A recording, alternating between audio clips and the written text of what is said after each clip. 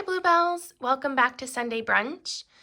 In today's video, I want to talk to you guys about prayer regimens, reiterating our prayer life, how to pray, where to start, and a few different things and notions that have been in my mind in regards to prayer. So first things first, hi everybody. Welcome back to Sunday Brunch. If you are new here, welcome to the channel. My name is 𝒷𝒶𝒸𝓀. And it's been a while since I have been on schedule with everything that's been going on behind the scenes and different things and projects and books that I've been working on. So I'm very excited to finally be back at the Sunday Brunch table. This setting has been very much so missed, and I'm very glad to finally be back. So every Sunday I'm going to be posting a video, and I'm basically going to kind of do a recap on everything. So today's video is going to be all about prayer. And then as we go on and further into our scheduling, we will eventually get back into Bible study. But I think for those that are new to the channel and then also who have been following for a little while, to reiterate a lot of different things, I think is a little better in terms of helping people further within their prayer journey. So, what is a prayer regimen? What exactly is a prayer life? And what is a prayer journey? So, they're all basically the same thing. A prayer regimen is just this kind of idea that I came up with. It's basically just somebody praying, but in a more structured manner where you schedule time out of your day to write down things that you would like to talk to God about. So prayer doesn't have to be formal. It doesn't just have to be when you're in church or when you are around others that also follow Christ. I think some people can be very uncomfortable with prayer in terms of they don't know how to do it. They don't know what to say. And I don't know why it can be sometimes awkward for some people. This is all normal and natural, and there's no right or wrong way to pray, you guys. I think the further we go into, familiarizing ourselves and almost desensitizing ourselves to this kind of nuanced nervousness and awkwardness of, well, we are talking to God, but some people feel like, maybe audibly is not something that they're comfortable with, which is fine. Writing things down might be a strong point for some like myself, but maybe not others. Praying in your mind is one thing. But so a prayer life is basically in regards to praying as well. And it's basically heavily interjected within meditation. But everybody prays differently. There isn't, like I said, a wrong or right way to pray. But I think the way that people go about it is very important. So I'm going to give you guys a bunch of tips, tricks, and just different ideas, and then we'll basically go a step further into really how rewarding prayer can be. For me personally, I have been praying the rosary consecutively every single day. At one point, I had prayed it 112 days in a row, and then I literally just forgot one day. I had a busy schedule. I was completely exhausted from all of my edits and work, and it just happened, and I forgot, and I was devastated the next morning when I realized, oh my goodness, I forgot to pray the rosary last night. I wanted to bring up this example because it just recently happened again. I started over my consecutive praying the rosary every single day. I think I had made it to like 18 days and then I forgot again. It is okay, believe it or not, if you guys forget. Prayer isn't something to be formatted so it is so vigorous, and it is so necessary, you guys. It's so needed. But taking it and making it into something that is causing you stress or pressure, please use myself as an example. Don't do that, you guys. It's just it's a beautiful relationship to further adapt into within your comfortability of talking to God, praying different prayers that are very much so needed and more so structured. So I like to pray every single day in different ways. I like to write things down. I like to pray to God by writing different things down. That is the least amount of times that I do that, though. I mostly read my Bible, different verses, and then meditate on them by just thinking about what God is conveying within that book, within the Bible. And then going a step further, I also like to, and this is something that I personally do, when I'm writing different things, there's nothing that I do or any project that I do that I don't interject God into and his word or symbolisms that can correlate back to him. My work will call back and forth to my Father in heaven. That is my way of not just praising him, worshiping him, honoring him, arming myself with the armor of God and truth, and just being able to sprinkle that throughout my art and my gift that he has given me. But when I go through outlining processes and editing different books and a book series I'm working on now, it's so adaptive how I'm able to correlate and just kind of have little nods sprinkled throughout my book or different projects just to honor him. But in the way that I like to do it is literally taking verses from the Bible, or for example, I just wrote a scene where there's a dove in it, very suggestive and foreshadowing literally different books throughout the Bible and the Noah's Ark. And so there's just so many different ways in which you can go about your prayer life and just your faithful life in general. So that's a more generalized sense, because people might ask, well, how is that technically prayer? It is and it isn't, because I'm literally meditating on different things and wanting God to use my voice in different ways. So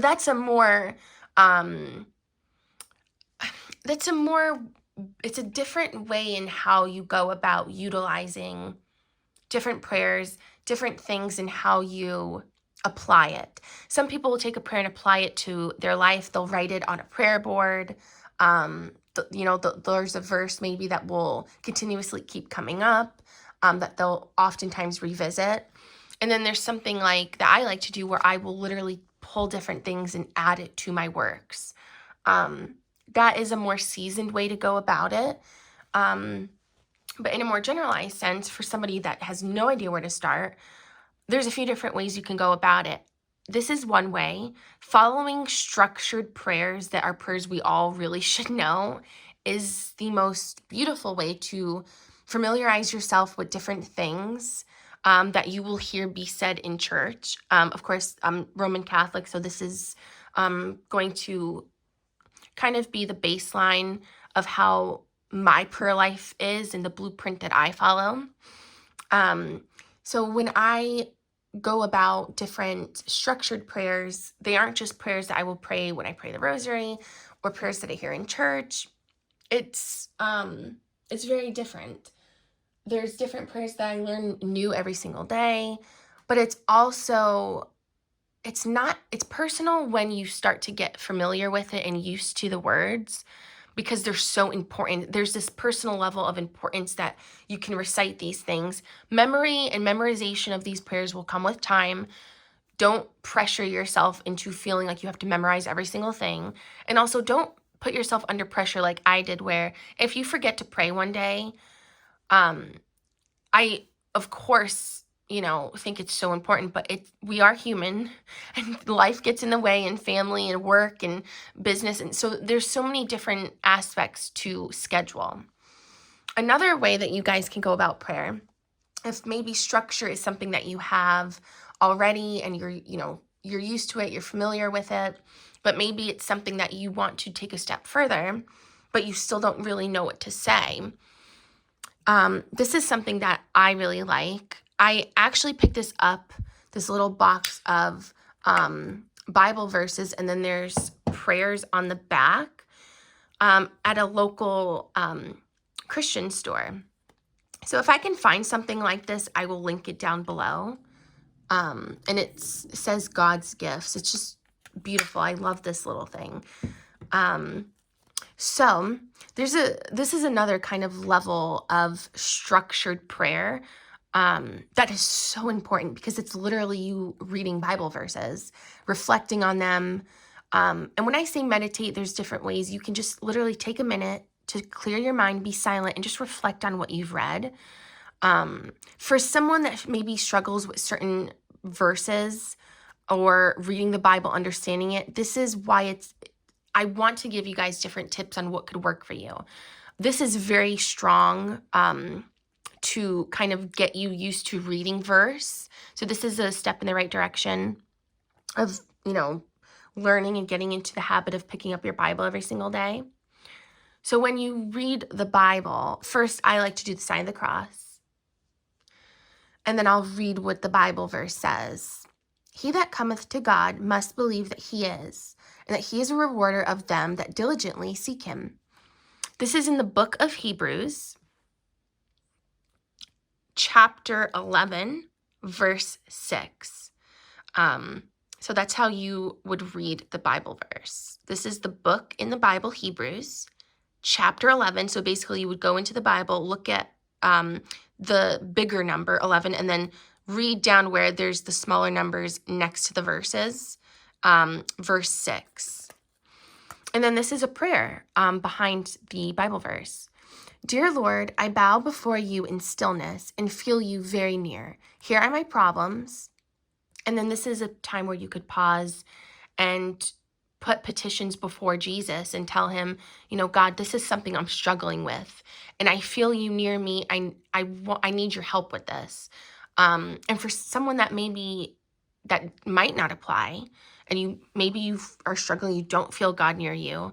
It doesn't mean he isn't, but maybe you are struggling with that and you feel that. Ask him. That would be a petition to say, God, I want to feel you closer to me. Hold my hand steady and help me feel you. Help me be closer to you. Help me find your way for me. Amen. So I like that even within structured prayers, you can pause and then maybe reflect on something that you maybe thought of, maybe something that has to do with something that you're dealing with, struggling with, maybe something you're exceeding in. And then this brings me to the third point of a better way of how to pray. Take out a piece of paper, and these don't have to be perfect circles, you guys. Create a Venn diagram. So create one circle, another circle that overlaps that one. So you have 3 bubbles. Write your struggles on one side and things that you genuinely feel, with time, it may or may not be better. There may or may not be answers to some of these things that maybe you're seeking, or maybe resolution in some of these conflicts that you are struggling with, whether it be health, whether it be stress, whether it be you seeking a relationship, maybe it's something with finance. It can be absolutely anything, you guys. No matter how gargantuan or how minuscule, nothing is too small or too big to put before God. So that would be struggles and petitions. It can be absolutely anything. Even if it's something that you feel bubbles up over the surface every now and again that happened years and years ago, there is no time stamp or expiration date of hurt or heartache or pain. You can always bring your petitions to God, always. And then in the other circle, I want you guys to write things that you're exceeding in. And, it can be about anything. It can be about a new job, a new relationship. It can be a small goal. The goal isn't to fill up these circles. If you can, that's amazing. If you fill up one more than the other, don't feel bad. Like if you have more struggles than you have things that you're exceeding in, it's not to make anybody feel, oh, this is not good. This is a little sad or scary. The exercise is meant to just basically be a map for God, for you to see how God will help you. Basically, that's what it is. If you can fill up one, great. If you can fill up both, amazing. If not, and you have one on each side, that's totally fine. And then in the middle, I want you to leave it blank. And I want you guys to pray for certain things. Now, you guys can pray down the line of every single thing, whether it be things that are good and things that are bad. And I think that's the exercise in and of itself, embedded within this bigger exercise that a lot of us look over. Most of us go to God only when we need him, which is okay because he's our Father in heaven, but it is and isn't. There needs to be a balance with everything. And there needs to be a give and take relationship we have with our Father in heaven. We can't just go to him when we need this and we need that. And God, I'm struggling with this, I'm struggling with this and that, and I'm hurting. That's one thing. And we all should be implored to do so. But we also need to thank God for everything that we are blessed with, even in times of struggle, even in times of anguish. There are still things within our life that we should be grateful for. And if you are someone that is struggling and you have a hard time or remiss to find something to be grateful for, when you wake up in the morning, just thank God. God, thank you for, I woke up today. Thank you. Even if you have to start there, it's okay. And I think everybody should do that. Hey, God, I woke up this morning. Thank you. Praise God, I wasn't late to work this morning. Praise God, I was able to get out of bed. God, thank you for this breakfast. Thank you for the cold weather, even though I'm cold. Hey, God, thank you. I stubbed my toe, but it could have been worse. Things like that. And be humorous with it. It's okay to kind of lose yourself in conversation. Even just, I think, in the way of thanking him is okay. He's not just... He's God, but he's also our Father. He's also our brother. He's also our friend. And he's also our teacher. He's so many different things, but so many of us just look to him as, well, he's God. And fear of the Lord is one thing. Discernment is also so vast and important. But people just genuinely fear God, or there's a level of fear of communication because they don't know. They don't know him, so they kind of fear him. That's completely different than fear of the Lord and discernment. So I think those are really great exercises.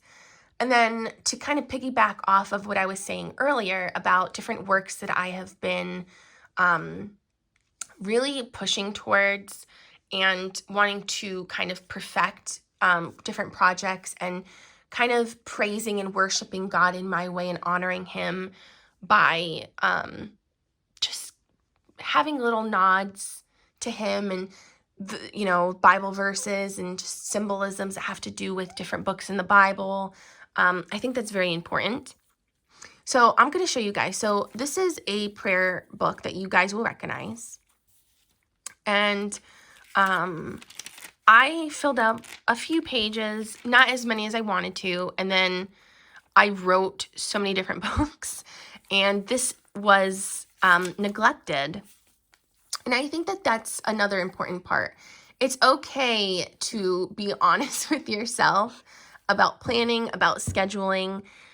Life gets in the way sometimes, business, family, sometimes you really just don't have 5 minutes to just sit down. Planning out a time to talk to God audibly, maybe that's where you start, and then you can eventually fall into structured prayer. If that's not something that you want to do or doesn't speak to you, then further go through Bible verses, and then you can pick any Bible verse. You can Google some, read, flip through your Bible, look at different ones that call to you, that just maybe kind of strike a chord like, oh, you know what, this Bible verse has just been on my mind. And then reflect on them, pray. Meditative walks are also really great, although the weather has been really cold here lately. If you're in better weather, maybe that's something that you can do. But just to walk, clear your mind, clear your thoughts, just have God be in the forefront of that kind of an exercise as well. So my goal now I don't know how many pages this is. I wish it would tell me how many pages are in this notebook. But my goal is to fill out this entire little notebook and share it with you guys at the end of the year. So I know we're in February, but this is something that I wanted to do last year and I just couldn't. I didn't get to. So instead, I'm going to not X out the goal or just forget about it and forgo it. I'm going to continue just now. And I think that's okay. So this is one prayer that I wrote this morning. And then this was a thought that I jotted down that I wanted to talk to you guys about. Dear Jesus, I know you to know myself. I love you to love me. I see you to see me. I hold up my heart so you can heal it. I want to kind of expand upon that and then read the little thought that I had jotted down. So, sorry guys, I moved the camera. So what does that mean? I know you to know myself. There have been different seasons within my life of various torments of pain, suffering, joy, good health, not so good health. So there's been a lot of different seasons as every single person goes through. There was a time where there was absolutely no pain. Everything was fruitful. I was writing like I had never written before. And then prior to that, I was going through spiritual warfare. I was going through so many different things. My mental and emotional health was really hindered because of that. I was being really afflicted with just the devil and various different aspects within my faith journey and how I got from A to Z, especially me sitting here. So I have definitely a different kind of thought process within prayer in general, and then just my relationship with God. I've actually had a relationship with him the past, I want to say 5 years. But I always previously knew of him. So I'm 25 years old now, and you guys know my story a little bit. I was roughly raised Catholic, but not really, but kind of was. I was baptized, had my first communion, and then, life and health got in the way. I did not continue, Sunday school, and then eventually I found my way back to it after a bout of spiritual warfare. But the reason why I highlight that and bring you guys back to that kind of part of my faith journey is because I did not know who I was. And it's not, some people struggle with identity, some people struggle with different things. It wasn't necessarily an identity part. It was more just, who really are we in this world? Like, my humanity was more on the forefront of, I am human and I hurt. And I've been wounded, and that's kind of all I ever knew how to be. Even knowing just kind of God and not really knowing him, I didn't really know how to apply God to my life without really knowing who he was. And then that led me down the path of New World Age confusion. Just even in an innocence, naive sense of writing. And that's kind of always been the forefront of writing. And my gift eventually was used to mock him and I both. And there was a direct quote from my book, Ice Cream Sunday. And it's sad. It's very sad, guys. I'm going to actually see if I can find that quote for you, because I think that this conversation is so important. But so I did not know, you don't know what you don't know. And I think that a lot of people can struggle with that. And when so many people struggle just generally in life with so many different things, you guys, there's so many different things people struggle with on the day-to-day, and then on a grander scale of things as well. It's very hard when you don't have the armor of God, you don't have discernment, you don't have that faith or religion to fall back on, and you don't have Jesus with you, even though he is, you don't know it. So it can be very deafening, really, genuinely, and really, it really can be very tough.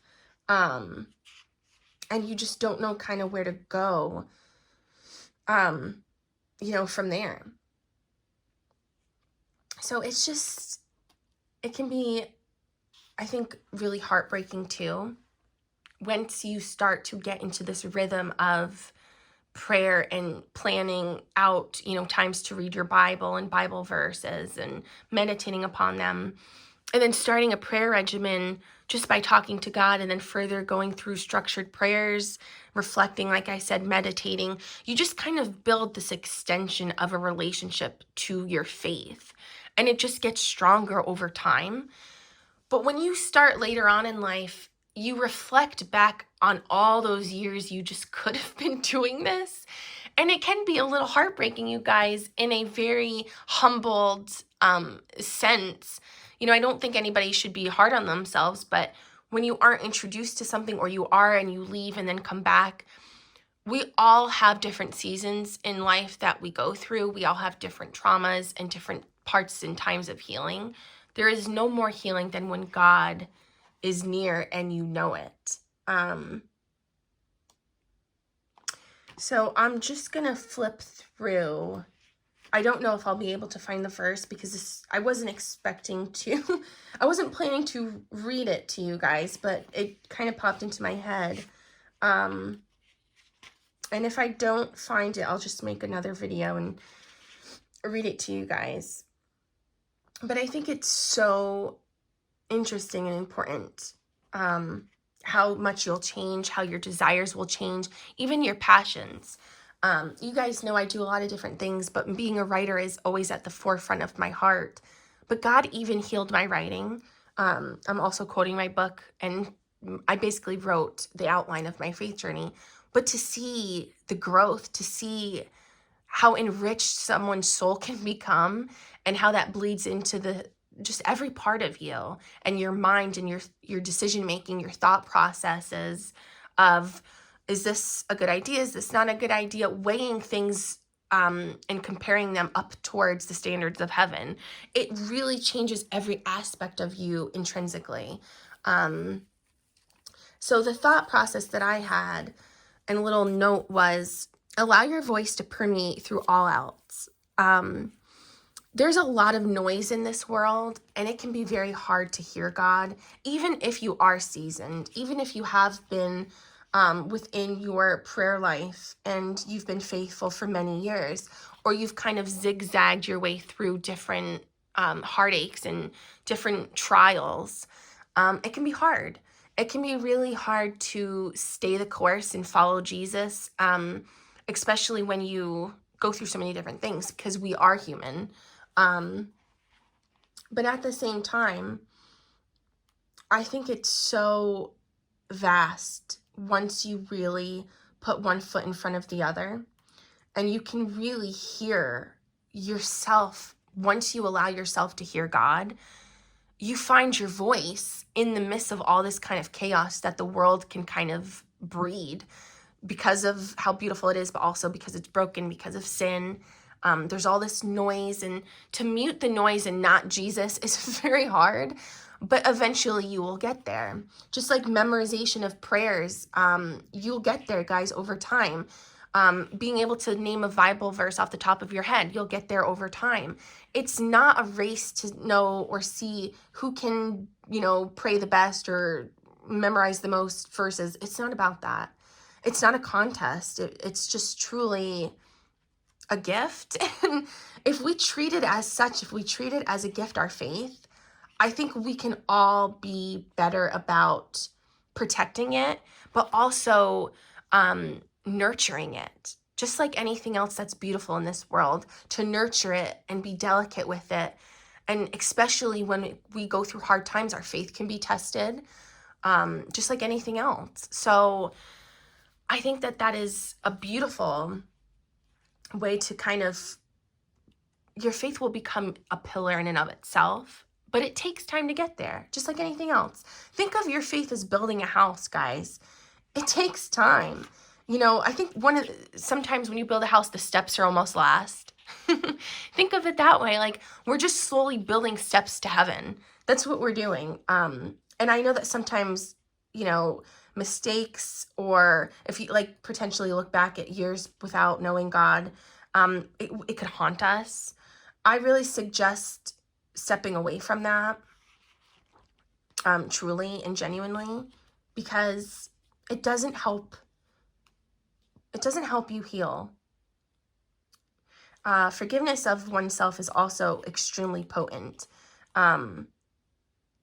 So I'm sorry, guys. I'm also trying to look for this verse. I don't, not verse, excuse me, quote, but I don't see it. So I'm just going to read it to you guys in the next video, but I will read you a different quote from my book, because I can't find the one that I was looking for. Basically, I was just talking about, and I've mentioned this before when I did my video showcasing my book order for Ice Cream Sunday. I was talking about, you know, I felt like I was kind of being used as a vessel for the devil before, and now I'm finally a vessel for Jesus Christ. And that is, I can imagine, you guys would imagine that is night and day, but it's true. It's so true, and it definitely saddens me, you know, just being so innocent and naive to the unknown, and it's just beautiful. Once you finally hear God's voice, you can really hear yourself, know yourself, offer your pain, your petitions, show your heart to Him, and it's a beautiful thing. It really is. So I want to read this to you guys. Oh, I found it. I'm sorry. I didn't want to make this video too long, but okay. So let me see. I'm reading page 79 of my book. So here's Ice Cream Sunday. I'm gonna read page 79. I'm in chapter 9, by the way. Breaking to Heal, chapter 9. And I'm on page 79. So, it was a grueling battle that took so many pieces of me. But this would only prepare me for the warfare ahead, a beautiful one.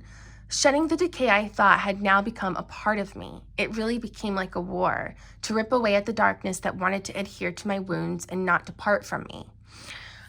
Guys, that is so true, and I think so many people can relate to that, because when you don't know God and you turn your face away from Him, even when you don't know Him, it's still the act in and of itself. Even when you sin unknowingly and you turn away from Him unknowingly, there are consequences, and I definitely faced a lot of them. It was amazing how easy it had been to fall down the hill of morality, but it was near impossible to climb back up it to find my graces again. I felt undeserving of when I left them behind. I could not have done it without God being with me every step of the way. The mockery had been, sorry guys, the mockery that had been made of my talents. It was a constant flight of energy to get back to the heart of what God had given me. I created many things, and ultimately, like the devil, chaos was what had been inbred. Yet I held great renounce to wanting to put my name on things that the world just didn't need more of. So I pushed all those characters and stories in the recess of my mind that sin would soon stay. And then I go forward about talking about characters and different things that I had written about, which is, it just kind of, it festers. The way I told you guys your faith will grow, chaos will fester in the complete and total polar opposite of faith and prayer. Prayer also arms you. It arms you so much against the devil, against sin, as much as it possibly can, because we are human. We aren't perfect.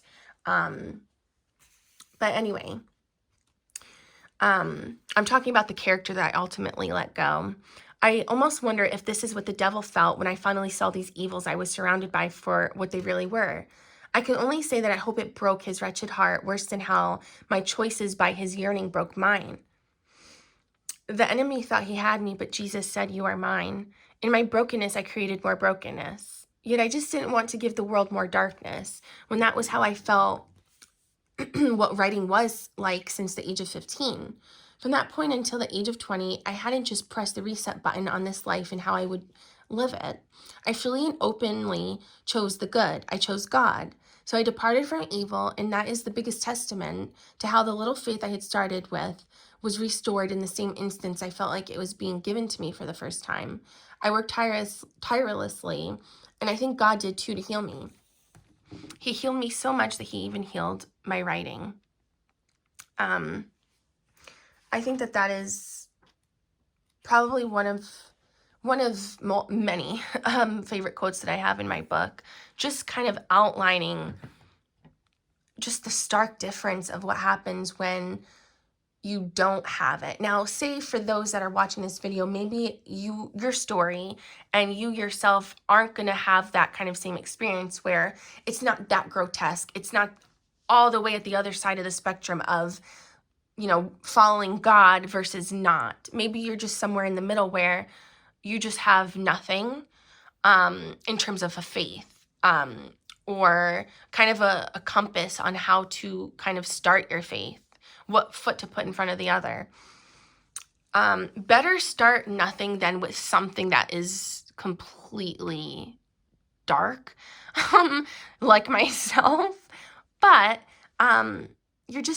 you're basically healing the void, and you're patching that kind of hole that you have in your heart, and it'll just further heal over time until it's just not there anymore.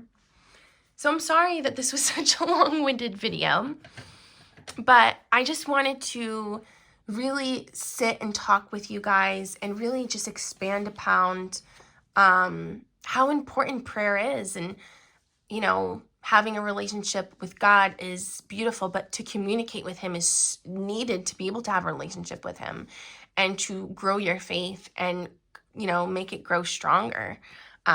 So that is the goal, you guys. I want you guys to, you know, create your Venn diagrams. That is your homework. And then also get a notebook, get a notepad, any little thing that you can jot things down on. Whether you have a prayer board already in your home, if you can even take 2 minutes, 5 minutes, 10 minutes out of your day to just talk to God, that's so important. If you, you know, don't know how to even do that, if you want to talk to him audibly or in your mind, sometimes it helps to look at a picture of him. You can absolutely use a sacramental. Of course, we're not praying to the statue, but we're just using it as a way to kind of, in our mind, physically talk to God. But yeah, everybody, I'm so glad that we're finally going to be back on schedule with this video. I'm so sorry again it was so long, but I'm so glad that we're back, and everything is just, it's just going to get brighter from here. And that's what happens when you make prayer a priority.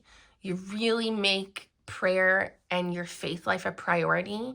Just like anything else, just like drinking water and staying hydrated throughout the day and eating, that is the level of importance prayer is. Now, in the next video, I want to further expand upon different kinds of prayer as well.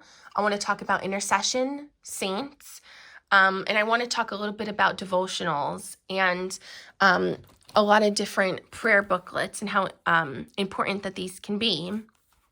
And just further arming yourselves with more knowledge and going further from here, you guys, because again, we're just building a staircase to heaven. So I hope you bluebells enjoyed this video. I'm sorry for talking so long. And yeah, I can't wait to see you guys in the next video. I'll link this notebook if it's still available for sale down below. I'll link a couple prayers in the description. Don't forget to look for your recipe, because the start of this channel, Sunday Brunch, I wanted it, of course, you guys are, you know, getting fed spiritually, but I also want you guys to be able to have different sweets to make as well. So you guys will have recipes that will start up again in the description. And then I'll also link my book, Ice Cream Sunday. So thank you guys for watching this video. I'll see you in the next one. Bye, bluebells. God bless.